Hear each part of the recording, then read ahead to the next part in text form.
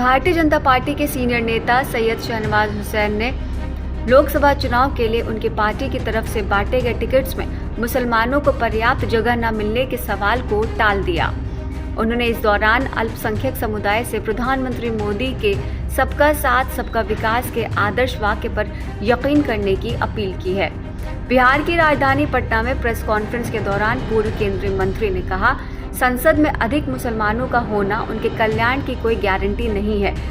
जब पीवी नरसिम्हा राव प्रधानमंत्री थे तो शायद लोकसभा और केंद्रीय मंत्रिमंडल में मुसलमानों का प्रतिनिधित्व सबसे ज्यादा था और उसी समय बाबरी मस्जिद ढहा दी गई थी। बिहार के बारे में पूछे जाने पर उन्होंने कहा, वहां राजग का एक मुस्लिम उम्मीदवार है जिसका भाजपा समर्थन करेगी। जहां तक हमारी पार्टी की बात है तो हम सिर्फ 17 सीट पर चुनाव लड़ रहे हैं।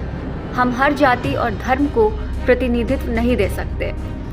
हुसैन ने 1990 के दशक में राज्य की किशनगंज सीट से जीत दर्ज करके लोकसभा में पदार्पण किया था और वो मुसलमान बहुल उक्त सीट जीतने वाले एकमात्र बीजेपी उम्मीदवार बने थे। ये निर्वाचन क्षेत्र अब मुख्यमंत्री नीतीश कुमार के नेतृत्व वाले जनता दल यूनाइटेड के पास चला गया है, जो भाजपा की सहयोगी पार्टी है। एक दिन पहले जदयू प्रत्याशी मुजाहिद आलम ने नामांकन पत्र दाखिल किया। भाजपा और सामान्य रूप से राजग में मुसलमानों का प्रतिनिधित्व अनुपातिक रूप से कम होने के बारे में उन्होंने ये कहा कि ये कोई राशन की दुकान नहीं है जहां आप कोटा तय कर सकते हैं।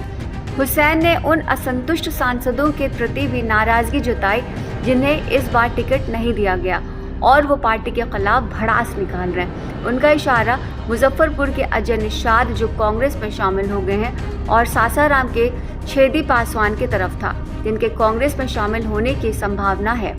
आपको बताते चले कि हुसैन वर्तमान में संसद या राज्य विधानमंडल के किसी भी सदन के सदस्य नहीं हैं। उन्होंने आगे बताया कि मैं ये नहीं कह सकता कि पार्टी ने मेरे साथ अन्याय किया है। मैं 6 बार सांसद रहा हूँ। मैं केंद्रीय मंत्रिमंडल में सबसे कम उम्र का मंत्री था, एक रिकॉर्ड जो कि अटूट है। इसके बाद मुझे राज्य मंत्रिमंडल में सेवा देने और राज्य मंत्री परिषद का सदस्य बनने का मौका मिला। अभी पार्टी ने मुझे राष्ट्र प्रवक्ता के रूप में मीडिया को संबोधित करने का मौका दिया है, केवल इसलिए कि पार्टी ने 2 बार सांसद बनने का मौका देने के बाद इस बार किसी और को मौका दे दिया है। इसलिए पार्टी के खिलाफ निंदा करना बेहद गलत बात है।